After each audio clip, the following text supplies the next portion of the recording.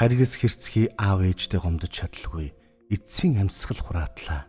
Хайртай хിവэрэ байсаар өөрийг нь хайрлана гэж итгэсээр хорвоог орхисон бяцхан хүүгийн түүх. 2017 онд Оросын нэгэн хотод байнгын зодуур хүчирхийллийг бяцхан биеийн даалгүй эмнэлэгт хүргэтэн ирсэн хүү 2 хоноод битүү гэмтлийнхэн улмаас нас баржээ. Эмчилгээг хэдийгээр эрчимтэй эхлүүлсэн ч бусад нарийн шинжилгээ авах хэрэгтэй байлаа. Эрчим тэмчилгээний ачаар ухаан орсон хүү үзэг дэвтэр өгөөч гэж гуйжээ.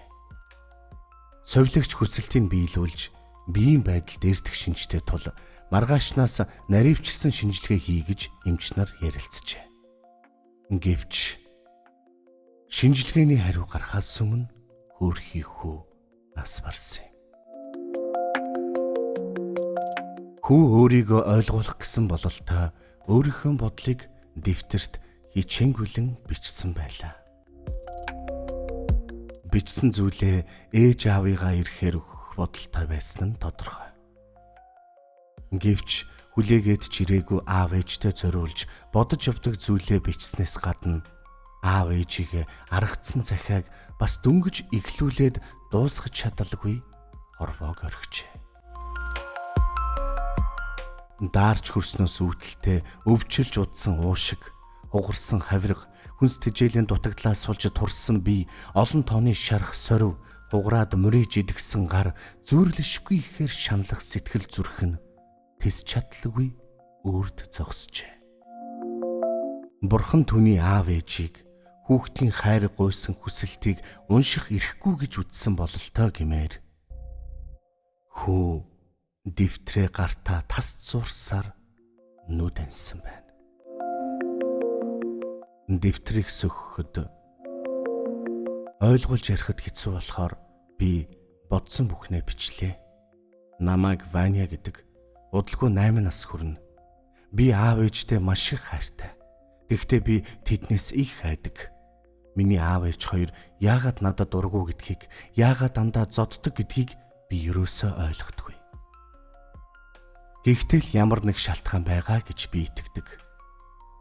Би уг нь онц сурдаг байсан болохоор багш нар маань надад их сайн байдаг. Би ангийнхантайгаа байх үнэхээр их дуртай. Гэсэн ч тэд надад дургу учраас би ямар ч найзгүй. Тиймдээ л завсарлагын үеэр би ихэвчлэн шатанд ор суудаг юм. Хинч надтай тоглохыг хүсдэггүй. Би хүүхдүүдтэй найзлах гэж их хичээдэг л дээ. Гэвч чи бол гологдол гэж хэлээд надтай харьцдаггүй. Намайг өдөр бүр нэг хувцастай ирдэг, мөрөө гартаа мануухай гэдэг. Хуучирч муудсан жинсэн өмд, ганцсан футболог, ханзарсан гутлаа салдгүй гэж шоолдог юм. Бас аавын зодож байх үед гар маань гэмтэж, зүүн гарын хуруунууд маань гартаагаа мөрөөж идэгсэн. Энэ бүхэн л тэдэнд таалагддаггүй байх. Нэг засан шуурхтаа өдөр хичээлээ тараад үлгүүрээс күртгэ авах гэтэл хэнийг нь миний күртгийг авчихсан байсан. Асуухад бүгд л мэдэхгүй гэсэн учраас цасан шуурган дундуур би күртэггүй дан цамцтай гэрлүүгээ алгасан юм. Гэтэл хэдэн хүүхэд хинч чамд дургүй гологдол минь гэд хүчтэй шанаатахад би цасан дээр нүрээрээ маш чанга унсан. Өндийгөө тарсан тэд ангийн маань хүүхэд байсан л та. Дараа нь тэд миний нуруу гэдэс толгоо руу зөндөө өшөглөж байгаад ганцаараа минь үлдээгээд явчихсан. Би гомдоод маш их хуйлсан. Хичнээн даарч бас өвдөж байсандаа бишээ. Надад ганц ч найз байхгүй байгаад л шаналж уйлсан юм. Уйлж тайвшраад гэртээ ороход ээж маань намайг харангуйтаа гүүж ирээд үстэж авсан. Хаагуур тэнж оройтов, яагаад хувцсаа бохирдуулсан юм? Чамд оройн хоол өгөхгүй, өрөөндөө ор, битгий гарч ирээрэй гэсэн. Ээжийнхэн уурлаж байхад хэлснээр нь болохгүй бол дахин зодуулна гэж би мэдэх болохоор өрөөндөө ороод маргааш нь хүртэл юм идээгүй. Шөнө нь бие өвдөж, өлсөж, маш их даарч чичирч байсан. Хичээлдээ онц авдаг маань ч цөөрлөө. Хичээл хийх хэцүү болж нэг л зүйл үргэлж бодож суудаг болсон юм. Тэр бол ээж аав хоёр минь. Надад яагаад дургуун бол? Дүм маань муудаж аав намайг зодох нь улам ихслээ. Миний бие өвдөд байгаа ч юм шиг нэг л хүнд байдаг болсон. Цаг хугацаа өнгөрсөөр миний цээжинд нэг зүйл өвдөх нь улам л нэмэгдээд байлаа. Өвдөөд л байсан ч хичээлдээ яваад л сүүлдээ тисхийн аргагүй хүчтэй өвддөг болчихсон. Аав ээжтэй хэлэхэд тэд тоодоггүй. Орой би орондоо орохдоо дахиж өвдөхгүй байхыг бурхнаас зөндөө их гуйдаг боллоо. Эсвэн ч би аав ээжтэй огтхон ч дургүй хүрээгүй. Яагаад гэвэл би тэдэндээ маш их хайртай. Зүгээр л тэд миний хайртайг мэддэггүй байх. Эсвэл ямар нэг миний ойлгохгүй зүйл байдаг байх. Надад дургүй байх ямар нэг шалтгаан байгаа байх. Тэгж л боддог. Тийм учраас би тэр шалтгааныг олж мэдэх юмсан. Мэдчихвэл аав ээжигээ ойлгон шүү дээ. Хэрв тэгвэл ээж аав хоёрыг надад хайртай болгох ямар нэг зүйл хийж чадах юм шиг санагтаад байдаг юм. Нэг өдөр хичээл дээр багш маань хүүхдүүдэд хамгийн том мөрөөдлөө зурах даалгавар өглөө. Хүүхдүүд онгоц, машин, барилга гээд гой зүйл мөрөөддгөө зурж эхэлсэн. Харин надад зурах тийм зүйл байгаагүй. Яагаад гэвэл миний мөрөөдөл аав ээж хоёр минь намайг хайрлаасаа гэсэн ганцхан мөрөөдөлтэй болохоор. Тийм болохоор би гэр бүлээл зурсан. Аав ээж бид гурав хамтдаа тоглоод инээж байхад зураг.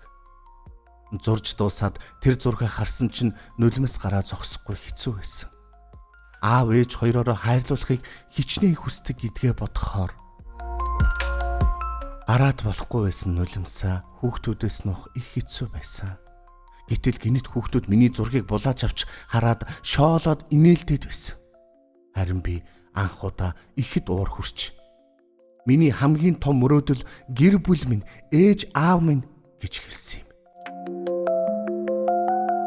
Гэсэн ч тэд бүр чанга инээлдэж нүүр амаа үрчилгэн хуруугаараа над руу зааж дооглож байсан. Би тэдэнтэй ердөөч зөрж муудалцаагүй ч гэсэн тэр удаа үнэхээр их уурлаж бас нулимс маань өөрөө асгараад байсан болохоор уйлж угаад та нар намайг яач ч болно. Гэхдээ гуй битгий шололт. Би царай муутай, сул дорой бас мөрөө хуруутай гэдгээ мэднэ. Гэсэн ч би яг та нарын аав ээж та нарыг тэрвэрч үнсэж хайрлаж байдаг шиг. Миний аав ээж ч бас намайг тэгж хайрлаасаа гэж л маш ихээр хүсдэг юм шүү дээ гэж хашгирсан. Багш миний нулимсыг арчих үед зарим хүүхдүүд ойлгож байгаа юм шиг харцаар харж чимээгүй болоод зарим нь үргэлжлүүлээд инээж байсан. Харин би гинэт гимшиж өөртөө уур хүрч эхэлсэн. Нуух ёстой шүү дээ. Болохгүй зүйлээ дэлгэж аав ээжигээ хүмүүст муулсан юм шиг муухай санагтаад аав ээж хоёроо гинэт ихээр өрөвдөж өөрийгөө бүр зогссон. Би аав ээж хоёртой маш их хайртай. Харин тэд надад дургүй. Яагаад гэж вэ? Нэг өдөр цай уугаад сууж байтал тэд дахиад л цоцсон. Гинэт миний цээж тисхийн аргагүй хүндүрлэн өвдөхөд ээжтэй хэлсэн чинь ээж тоогоогүй. Хэд хоногийн дараа сургууль дээрээ дахиад өвдөхөд сургуулийн эмч үзээд аав ээжийг яаралтай эргэж дуудсан. Гэвч тэд ирээгүй. Би эмчтэй хамт хүлээсээр л байсан. Гинэт би дотроо ээж аав хоёр ирэхгүй байх гэж мэдэрсэн. Тэгээд эмчид өөрөө хараад аав ээжтэй хэлнэ гэд явлаа. Гисэн ч хараад ээжийнхэн харцнаас хилээд нэмэргүй гэдгийг ойлгосон. Тэр өдөр би хяналтын ажил дээр муудан авчихсан юм л да. Муу авсан учраас гэртээ харихаас маш их айж байсан. Гисэн ч очих газар байхгүй учраас харьсан. Онд сурч байхад тоодоггүй байсан ээж аав хоёр маань намайг хичээлдээ муутахад илүү анхаарсан нь хачин санагддаг. Тэд өдөр болгон дүн шалгаж зодох нь улам ихссэн. Ээж миний хяналтын ажлын дүнг хараад уурлаж шууд шат руу чирж буулгаад зодож эхэллээ. Хөлийг маань сандлаар маш хүчтэй зохиод гэмтээсэн. Толгой руу 2 удаа хүчтэй зохиход нөгөөх өвддөг цээж маань дэлбэрч байгаа юм шиг аимшигтай өвдөж би газар унссан.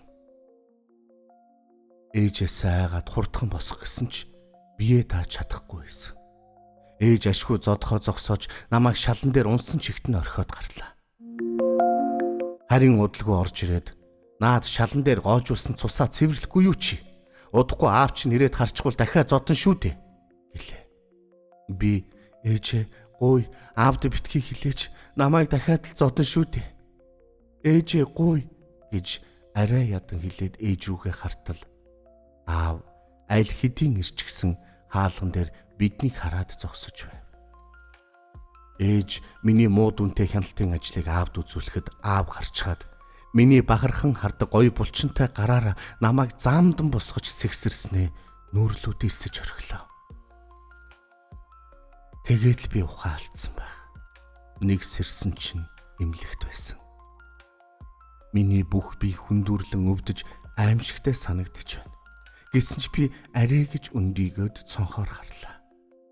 Эмнэлэгт ухаан алдаж ирсэн болохоор аав ээж хоёр ирээд миний төлөө санаа зовж байгаа байхаа гэж гордоод хайсан юм л та. Даанч аав ээж хоёр байсангүй. Хөгшин хүн шиг хамт үсээр явж хаалга онгойлгоод коридор руу сэм шагаалаа. Аав ээж хоёр маань бас л байсангүй. Танихгүй аав ээж нар хүүхдүүдээ хөтөлж, зарим нь твэрч, бүр үнсэж эрхлүүлж байхыг хараад би тэндээ газар унаад зөндөө их өлсөн. Би ч бас ээжтэй тэврүүлж үнсүүлэх юмсан гэж бодов. Ээжтэй тэврүүлэх ямар байдаг бол? Их л сайхан гэдгийг би мэдээд л байна. Аав ээж минь намайг зодсон ч би хайртай хിവэрэл байдаг. Яагаад гэдгийг мэдэхгүй. Ямар ч байсан хайртай. Би хамгийн сайнараа байхыг хичээдэг. Сургууль дээрч, гэртээ ч гэсэн. Гэвч тэд намайг хайрлахгүй л байсан. Гэхдээ өнөөдөр би аав ээж хоёрыгоо ирнэ гэдэгт итгэж байна. Тэр хоёр эмнэлэгт хэвтэж байгаа намайг хараад тэрх байх гэж бодохоор уламлах хүлээж яарч байна. Гэхдээ юу ч болсон би аав ээжтэй маш их хайртай гэдгээл тэдэнд хэлмээр байна. Тэд ч бас надад хайртай гэж өнөөдөр л хэлэх юм шиг санагдаад байна. Шөнө болчихлоо. Зөндөө хүлээсэн боловч миний аав ээж хоёр ирээгүй л байна. Эмч намайг сайжирч байна гэд хэлчихсэн болов. Би маань муу байгаа шүү дээ. Ерөөсөө миний би улам муудчихаас. Эмч түрүүн орж ирэхдээ ээж аав хоёр нь маргааш заавал ирнэ гэсэн. Магадгүй ээж аав хоёр маань өглөө ирэх байхаа.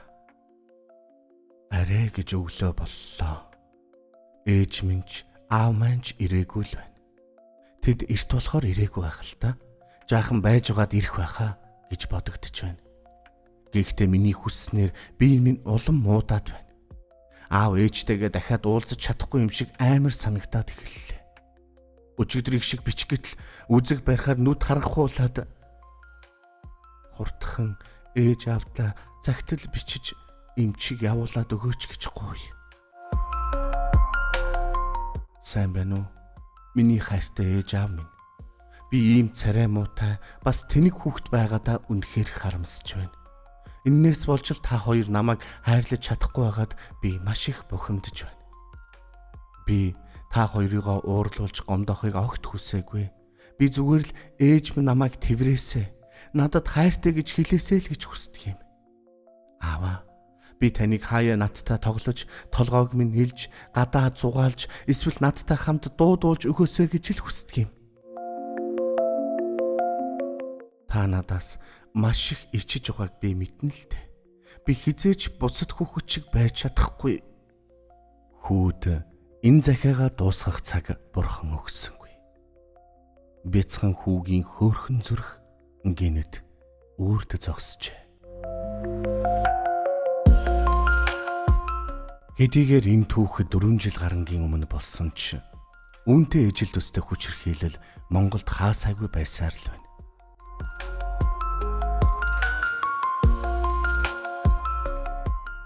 Хүүхэд өөрөө ирэх гэж эцэг эхийг гуйж төрдөггүй. Хүүхдийг бид хайраас төрүүлдэг шигэ хайранд өсгөх ёстой.